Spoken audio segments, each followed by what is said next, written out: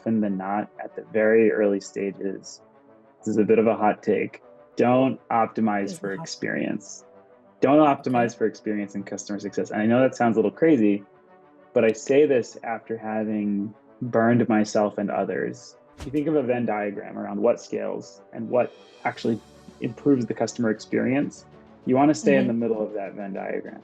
So what do you say to a CS team that has this sound in the back of their head, which is basically, well, here's AI. AI is going to take your job. This is the type of conversation that was being had with the advent of the calculator. The key is to be on the cutting edge of that transition and to sort of ride the wave of that transition instead of letting the wave just overtake you and overwhelm you. I say this after having just learned to surf, by the way. The analogy is fresh on my mind.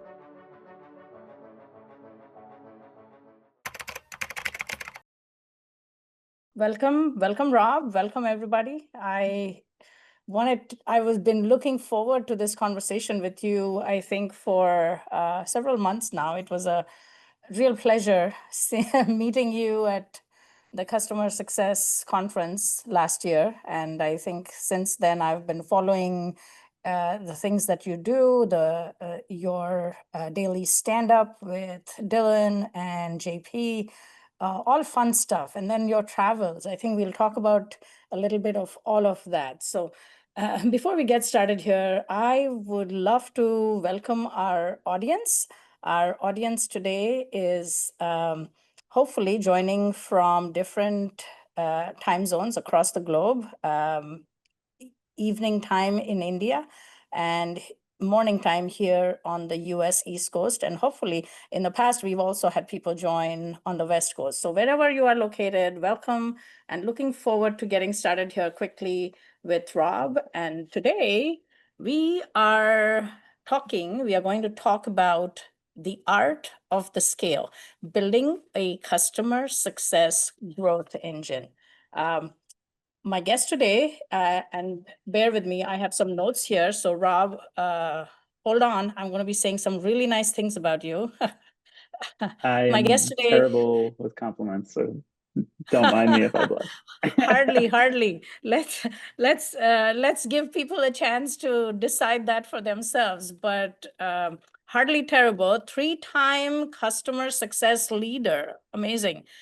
You are a consultant and a founder and CEO of Success Scaled Consulting. You have experience in scaling companies from their first dollar to unicorn status. Amazing.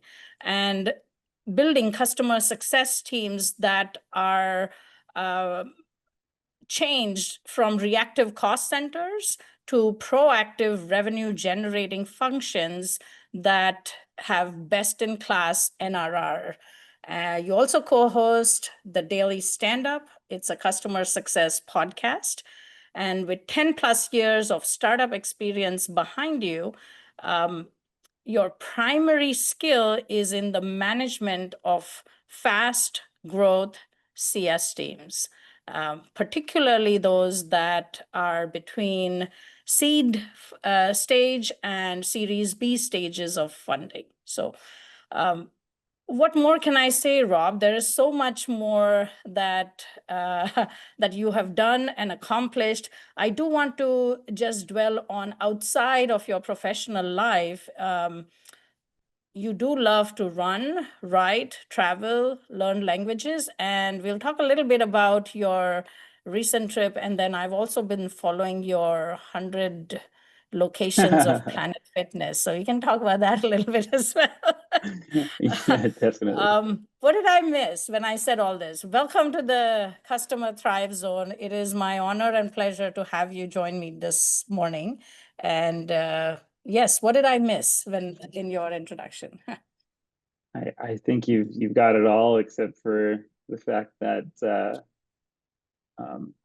that sounds nice on paper when you put it that way, but it's been with a lot of the common struggles we face in customer success between, trial and error Yeah. and a lot of imposter syndrome. But thank you for having me. It's a pleasure to be here. You're absolutely right. Imposter syndrome is definitely something that we deal with. And I think that is a great segue into the topic. So, one of the reasons for that imposter syndrome in customer success, even for leaders who have done this for decades, I think is the purpose of CS, right? So how do you define the purpose Hmm. of CS? The purpose of CS for larger organizations is one thing, but when you think of Series A, or when you think of seed funded, when you think of a company just getting started, what are the how do you how do you define the value proposition? How do you justify the value proposition that customer success would bring when the focus is on landing new customers? Yeah, it's a great question. It's a really important question. And I think it's like the most existential question that we've got in Yeah. customer success. So throughout my time, I've seen customer success teams built in different ways. There are some that are actually, let me instead tell you about an actual situation I've seen play out many times, where if you're in customer success, you might be dealing with a situation where your CFO is expecting you to improve margins and your CEO is expecting you to drive upsell, and your CSM sitting next to you is sitting there saying, I think I'm supposed to be a strategic advisor. And you go on LinkedIn and it says, you need to be driving value outcomes for your customers above all else. And Yeah. then your customer says, I don't care about all that stuff. I have bugs and they need to be fixed. And if you're not the right person for that, then tell me who is. And so we're being pulled in these different directions. And one of the things I've been trying to work on to contribute back to the world to help solve that problem is something that I call the 5 personas of customer success, which is basically an acknowledgement that, look, we do wear all of those hats, but it's kind of important for us as a customer success team to define what are these hats and which one are we making the conscious decision to wear for a given, ideally, quarter, year, or maybe even indefinitely at a time. But maybe it's Yeah. even just for a sprint, like a 2 week sprint, where we say, all Yeah. right, we're going to wear our support hat for the next 2 weeks. And then I hope that shared nomenclature, that shared vernacular and sort of taxonomy around the different types of customer success, the different personas of customer success, can Yeah. help teams develop their charters, can help internal companies align internally, and then also help customer success be more authentic with their customers about who they're who they're showing up as and the value they Mhm. provide and the reason for existence. And also help the job market too, because I think if you're applying to jobs today, it's really hard. You just like walk Yeah. into these job descriptions that are written by ChatGPT, and you're Yeah. like, I have no idea whether my day to day looks like doing I don't upsells have or doing support two-thirds of the tickets. skills that they are Yeah, talking about in that exactly. description. Yeah, yeah. So hopefully that'll be my contribution to the space at some point soon. Oh, you are being very humble. Your contribution to the space already exists. I have seen that at play, especially when you are emceeing all the um, conferences, that are bringing you. You mentioned that the Customer Success Collective had a big impact on your early career, Hmm. and I think you're definitely paying that forward in many different ways. And you know contributing to the growth of that team. So early stages, what roles does one look for when you are hiring? You're a startup, you've just received seed funding, you need to focus on the 5 customers that you landed last quarter. Hmm. What are you looking for? Are you looking to build a good team from the ground up, knowing that eventually you're going to need this team? If you walk through the crawl, walk, run maturity model, so to speak, Hmm. you're looking for um, you're looking to go from reactive to proactive, you definitely need somebody at the helm. So you build the team, you Mm, bring in somebody at the leadership level, and that person is going to build a team uh, based on their vision for what growth looks like, what expansion looks like, how they can contribute to the business objective. Is that the way to go forward? Or do you hire a CSM that helps in transactionally taking care of your customers today? The value proposition is today. Where does one begin? If you were a founder, what would you do? that's such a great question. So I think of this, I mean, my short answer to the question is that more often than not, at the very early stages, this is a bit of a hot take. Yeah, Don't it optimize is the for hard. experience. Don't Okay. optimize for experience and customer success. And I know that sounds a little crazy, but I say this after having burned myself and others by taking someone who, I'll see this shiny resume and it says 5 years experience in customer success, and they've used Yeah, systems like, they're a Salesforce admin, and they've used systems like Gainsight, and they've done all these advanced CS motions, and then they start on the job, and guess what? They're just answering tickets. They're yeah, processing billing. And yes, they yeah, are going to do those different things down the line around holding QBRs, managing renewals processes, managing yeah, complex upsells, but maybe there's not even an upsell to be had yet. And so I've made the mistake of going too senior too soon, and I've learned that the right profile to um, I tended to joke that the persona that I like to call this is like the Ivy League dropout persona. Like there's yeah, somebody who's like, you know, somebody who's got like a degree of discipline and rigor with how they approach the world. Not that I think that like academic background necessarily corresponds to that.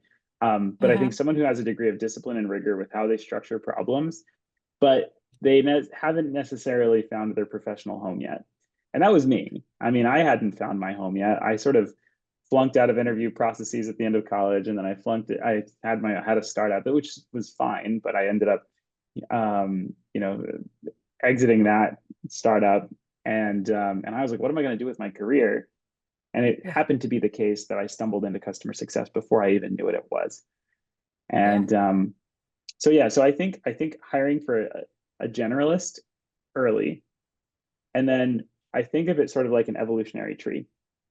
In an evolutionary tree, if that's like your whatever Homo erectus or whoever it was that started, humanity, then it sort of branches out. First, branching out between the more tactical elements of support and onboarding, and the more yeah, commercial elements around renewals yeah, and upsells and that kind of thing. And then even that breaks out too. Then eventually that breaks out into support versus onboarding to account management, well, and whatever is entailed there. So that proliferation will happen over time. But in the early stage, I think, you know, so a coworker said of another coworker once that like this person, like somebody we hired, they were like, he's like the type of person who could fall down a flight of stairs and will get up smiling. And I'm like, that's kind of the persona that you want at these early stages. yes. Yes, we used to call that somebody that loved running towards the fire when everybody's trying to get out Yes. and get away and they're Mm-hmm. shoving angry customers at you. I remember saying to one of my sales CROs at the time, and he was like, "So, how are our customers doing today?" And I said, "You know, I'm getting nervous. I haven't spoken to anybody today. Nobody's talking to me today." And he was, Mm-hmm. and it was at the time when the product was going through some evolution and customers were angry. And he was used to hearing from everybody about what did your sales team sell? And this customer is going ballistic about such and such thing.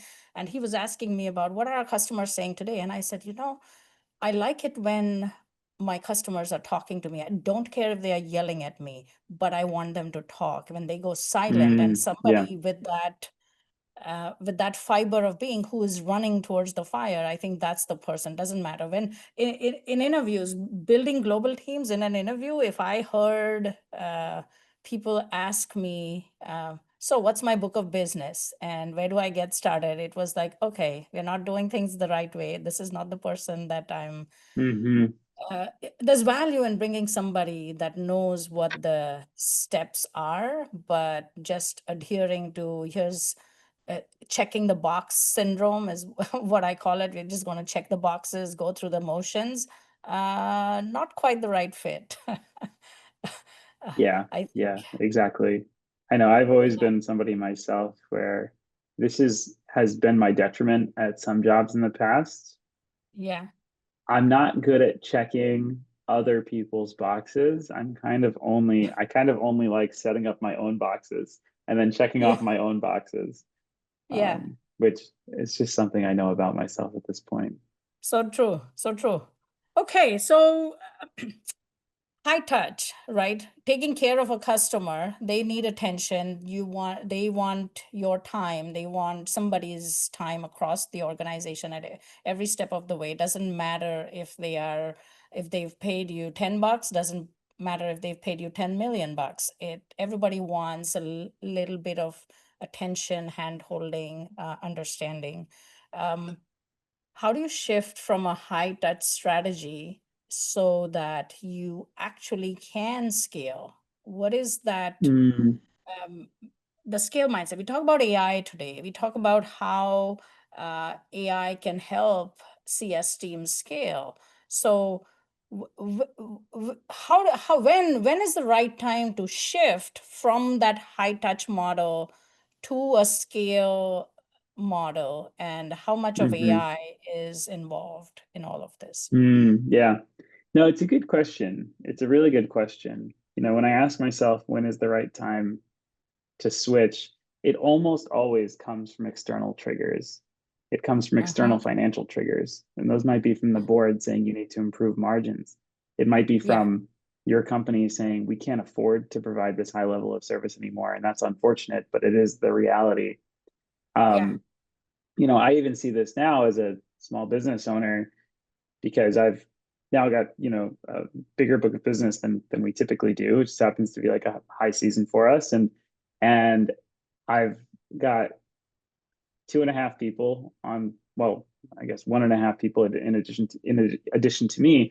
And having to ask myself, just out of bare bones necessity of bandwidth, yeah. what are the most core, fundamental, essential elements of an engagement that we need to get across the line? How do we cut the fluff? And so it's interesting, and it's been a healthy exercise. But I think the key thing to ask yourself when you're thinking about scale is that it's not just about scale, but it's about what, if you think of a Venn diagram around what scales and what actually improves the customer experience, you want to stay in Hmm. the middle of that Venn diagram. So, like Yeah, AI, for example, can be notorious or it can be incredible. It can yeah, be notorious when it does not actually benefit the customer experience. But yeah. if there are AI tools that can enhance the customer experience and also improve scale, that's the mental model that I like to apply for when to make decisions about how to scale in a way that frankly won't backfire and keep you up at night and cause churn. So what do you say to a CS team that has this sound in the back of their head, which is basically telling them, well, here's AI. AI is going to take your job. At some, well, Yeah, what's, it's funny, you know. Well, it's funny because I've done some historical research on this, and I found Mhm. that this is the type of conversation that was being had with the advent of the calculator. And accountants were saying, Yes, like, yeah, you know, what are you talking about? This calculator thing, can't trust technology. And like the pace of technology, yes, it might come drink your milkshake, so to speak, if anybody knows that reference. Um, mm, it may happen, but the key is to be on the cutting edge of that transition yeah. and to sort of ride the wave of that transition instead of letting the wave just overtake you um, and overwhelm you. I say this after having just learned to surf, by the way. The analogy is fresh on my mind. Yeah, yeah. Nice. the the building repeatable processes, but Yeah. keeping up with the creativity and not losing that Yes. personal touch. So I definitely think there's value. I mean, we talk about scale. Customer success teams historically, you don't get you don't get dollars, you don't get budgets assigned. Nobody Mm, on your leadership team is craving to just pour money into you. The teams tend to be lean, and if you mm-hmm, need to be able to scale, definitely you need tools at your disposal. Going from mm-hmm, being reactive. I mean, firefighting, it's a good skill to have, but it's an exhausting exercise. So proactive predictability, all the buzzwords around AI are really good from a customer success perspective. But at the same time, you need to have that people oversight. I was building a deck yesterday on some messaging, and I asked AI to develop my talk track, and I said, "Tell me what you think about this slide. What can I mm-hmm. say?" And it regurgitated the talking points on my slide and put its own connotation. Now, if I had gone into that conversation and just read off of my notes, it would have been a complete mishit. Yeah. I would have Right. misfired really. So I think oversight, AI is great that it gets things done in the snap of a finger, but at the same time, I think there's something to be said of human oversight. I for For one sure. don't believe there's uh, you can do away with that. I mean, manufacturing automation, we've gone through different stages, industrial revolution and the calculator technology, and now scientific, and now Mm-hmm, moving towards AI, AI technologies, all of that, I think, have their mm-hmm. own evolutionary path. But Yeah. we'll see where it's an expensive proposition as well, investment wise. So many companies need to spend Mm, so much more either to build AI dependable tools or use even the AI uh, AI tools, like tools embedded mm-hmm. with AI. It's an expensive investment for any organization. So okay, so bringing us back to customer success as a growth engine, um, how do you tie CS to revenue? How do you tie it to revenue without getting the tag of being a salesperson? Mm-hmm. Great, great question. And to me, answering this question was one of the most foundational parts of my journey in customer success, having been someone who didn't know what customer success was. Um, Yeah. I found myself in many situations where I'm sure we've all been here. We have one customer who's angry and escalated. We have another customer who's a churn risk. Another customer is blocked in onboarding. Another customer, their usage patterns are dropping, and you know you need to do something about it. And meanwhile, you have another one you're supposed to upsell. You have another one you're supposed to get a testimonial from or a case study from. And you're like, where do I begin? And so what I did was I sort of created, and I have a diagram for this, basically this model that if you think of it like a, the classic like stool analogy, if the seat of the stool is revenue, then the three Yeah. legs of that stool that matter most at any given time that most directly drive revenue, they're going to be churn prevention, expansion, or rather, let me rephrase this: retention, expansion, and advocacy. And Yeah. the rest of the stuff that happens, and it could be everything that trickles down into NPS scoring, usage monitoring, onboarding motions and adoption motions, support tickets, they all feed that bigger model. So, The so for, transactional items, so to speak. yeah, yeah. Okay. And it's Yeah. not to say Good. that there's not an immense value in those activities. Those activities are critical. They're sort of the bottom of the pyramid that holds the rest of the thing up. Um, Mhm.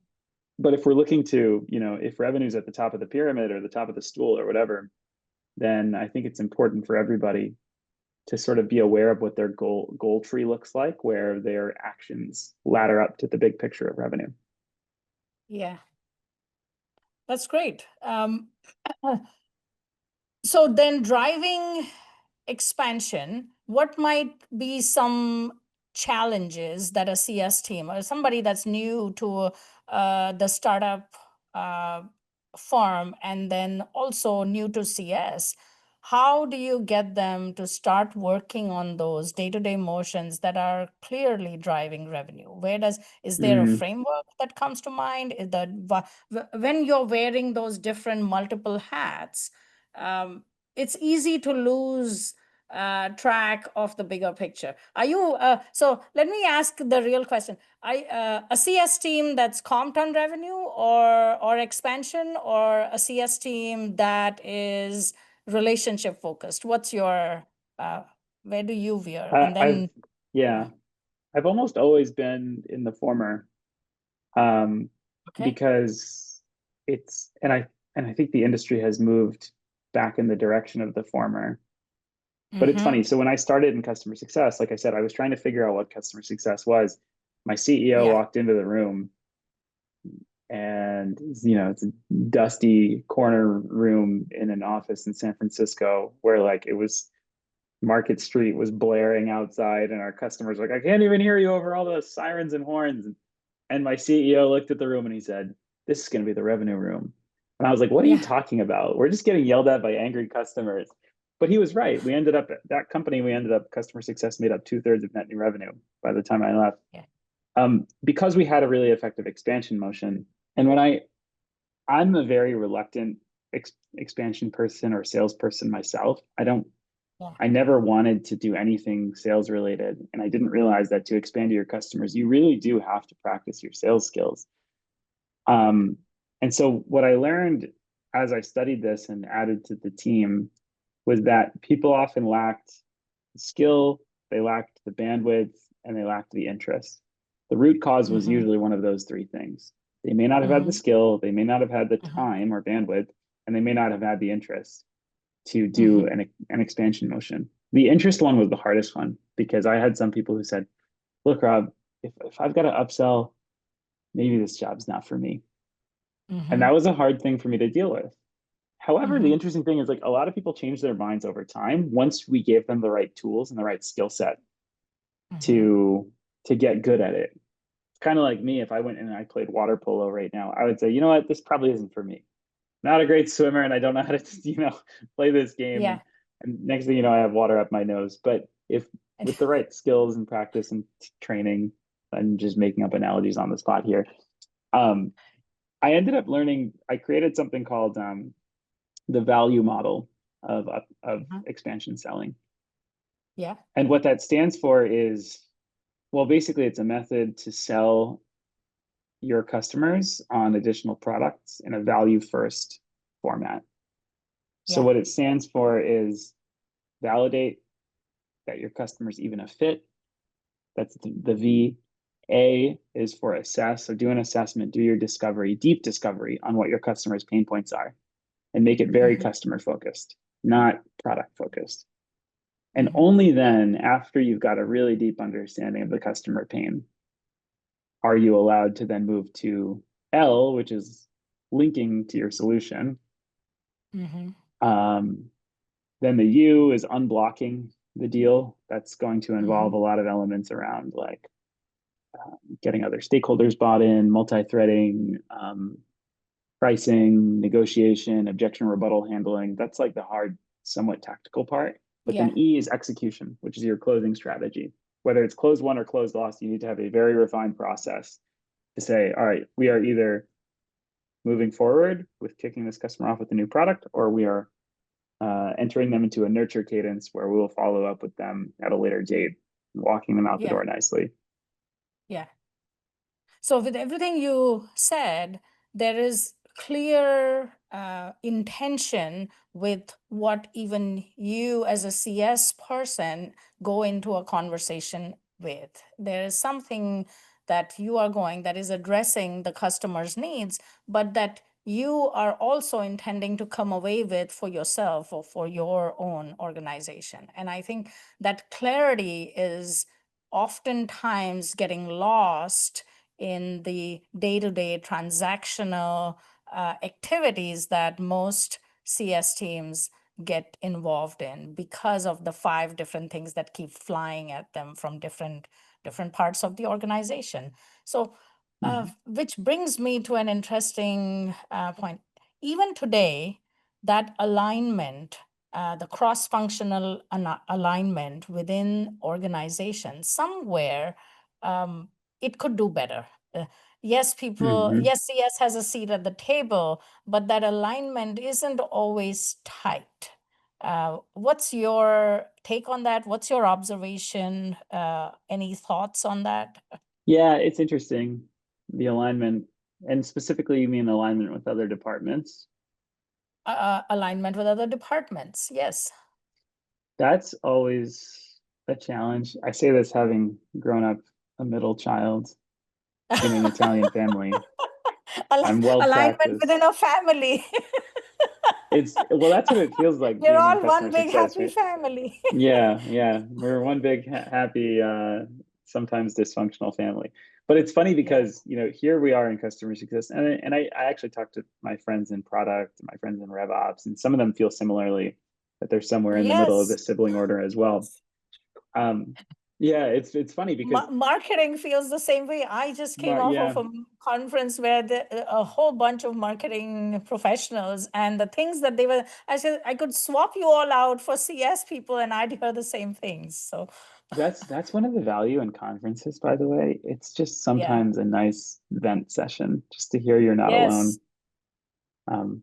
Which, by the way, Yeah, before I it's forget, also my fix for working with a whole lot of people. Now that I'm a solopreneur and running a yeah, small gig, it becomes, hmm you sometimes miss that. You miss the noise. yeah, I know. It's funny. I miss it and also don't miss it at the same time. And But and don't miss it. Being on the the outside has its advantages. yeah, actually, it's kind of like, my wife is a psychologist, Mm, and she's able to bring so much light and clarity to the lives of others in her work. And so I yeah. often say I'm just kind of aspiring to be a little bit more like her in those moments as a consultant.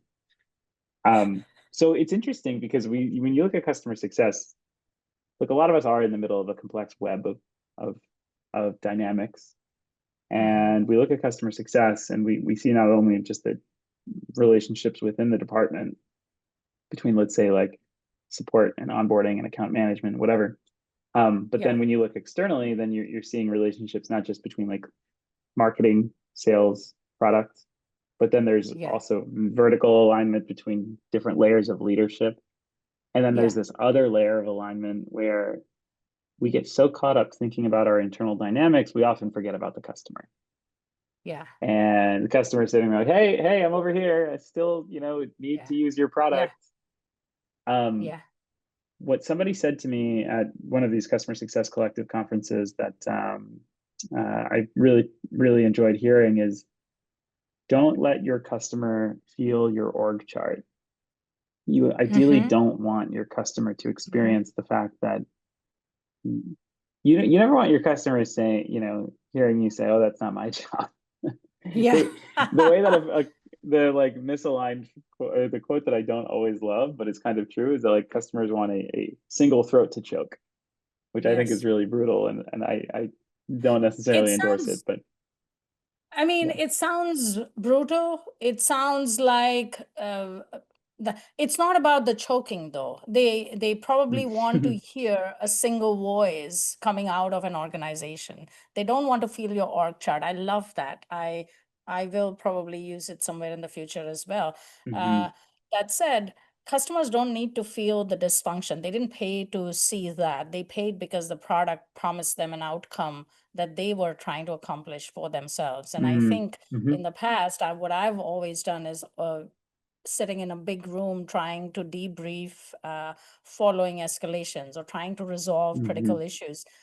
You put a chair in the room and you put a paper that says customer on that chair. And if the support, product, engineering, customer success, professional services, everybody's in the room. And if you won't say something in front of the customer, then there's no place for that attitude in that conversation. Mm-hmm. How can we Mm-hmm. resolve it as if the customer were listening to this conversation from? What can we do to make their life better? I think with that alignment, and I think the responsibility also is on the CS side. In some ways, you have to understand that not while getting the customer from point A to point B is the responsibility. The customer success manager is at the hub of that relationship. Mm-hmm. That said, it's also the responsibility. You can't do it alone. Everybody in the organization needs to come along, and you're also at the hub of that internal customer navigation, which is your Mm-hmm. friends and product and sales and engineering and everybody else. So I think there's a responsibility there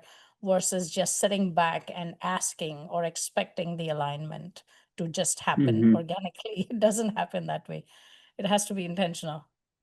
Mm-hmm. There's a Before our audience is very quiet, I just want to remind everybody, if you have a question for Rob, please ask it. I am monitoring the platform. If you are just enjoying the conversation, that's great as well. And you can get a recording and you'll hear the entire conversation shortly in over the next week or so.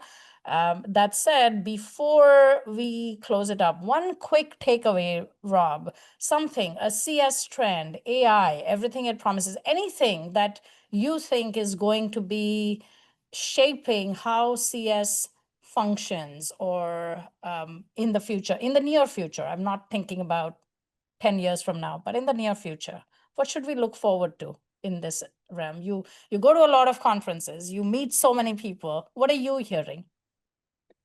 I think value first selling is becoming the mandate for customer success teams.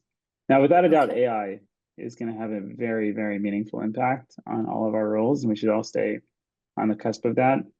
But because I think most people are kind of getting to the point where they know what they know and they kind of know what they don't know with AI, the bigger area of mystery, I think, is on the other side of the equation. The thing that sort of keeps us most human when it comes to commercial relationships with our customers, which is how do we continue to sell our customers on our products, whether they're products that they already have or net new products, in a way that drives net new value for the customer.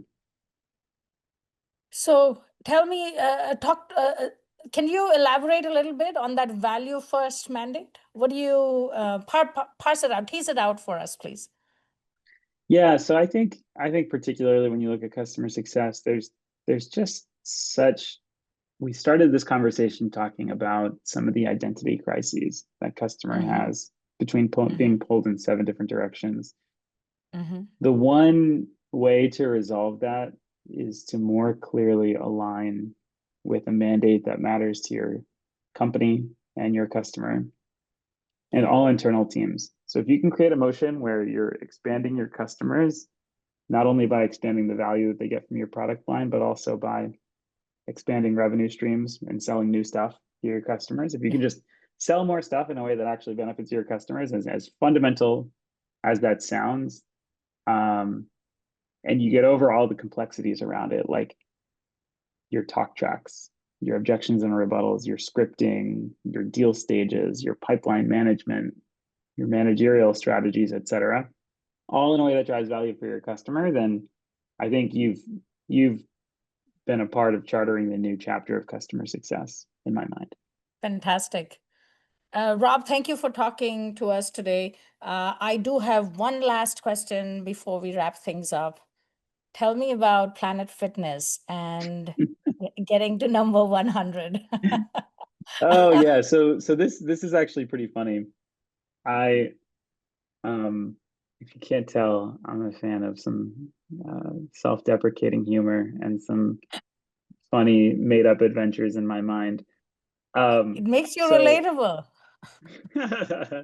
so basically, I like to summarize this as being like a lot of us talk about customer success from the practitioner side, but we don't necessarily think about it often from the perspective of like being on the consumer side, being on the Yeah. customer side. And so Yeah. I asked myself, what's the brand that I've found that I have the most loyalty to, behavioral loyalty, attitudinal loyalty. And believe it or not, it's it's an unsuspecting source, and it's Planet Fitness, which is like, the everyday person's gym, where like a lot of times like the weights may not even match sometimes. But I love that place, man. It's my favorite. So for me, like I said, before I got into customer success, I was working in food, and I gained a lot of weight. It was like 70 pounds. Or for anyone joining internationally, what is that, like 30 kilos or so, a little over 31 kilos. So I gained a lot of weight, something like that. and I had to, I had to lose the weight. And so I set a bet with a friend that I would work out 5 times a week. And this was 10 years ago. And I've maintained that bet now. In that journey, I ended up going to all of these different Planet Fitness locations, just because it was like I was traveling for work. It was the gym that was everywhere I wanted to be, super accessible and convenient, inexpensive. And then when I approached 100 locations, I decided to go to when I approached 50 locations, I decided to go to the original Planet Fitness, which is up in Dover, New Hampshire, so not terribly far away. And I like recorded a video of it, dragged my wife. She was not that excited about it. And then number 100, I decided to go to the farthest away location that exists in the world, which is just outside of Melbourne, Australia. And now I've been to Perfect 100. timing. 100 Planet Fitness locations. Very nice. Amazing. That's I do want to say to our audience, this is not a plug for Planet Fitness. No, It it's might not. be because Rob I'm loves not it. sponsored at all. But I'm if just you're having a not good time. sponsored by Planet Fit, we should release it to them and get them to sponsor us. But something to think about. But when it comes from the heart, this is essentially what Rob has demonstrated here, essentially a referral that comes from the heart. So right there, something to be said about customer satisfaction. There you go. Rob, thank you. Thank you for joining me this morning. I know we've tried to do this a few months ago, and then we had to rework our agenda schedules. Everybody's busy, but thank you for taking time out of your busy schedule for this. For folks that were able to join, I hope you found value in the conversation. And for anybody that intended to join but could not, we will have a recording out for you shortly. Thank you also to the Thinkly team. They do a really good job of setting me up for these sessions, and then even post-session supporting me with, again, the recording and some valuable reels that come out of this discussion. So Rob, thank you. Your perspective is invaluable, and thank you for promoting CS and doing the good work that you do with by paying it forward with everything that you are involved in these days. So thank you. I appreciate the time. Very welcome. All right. Have a good one. Enjoy the rest of your day and weekend, and talk to everybody soon. Bye.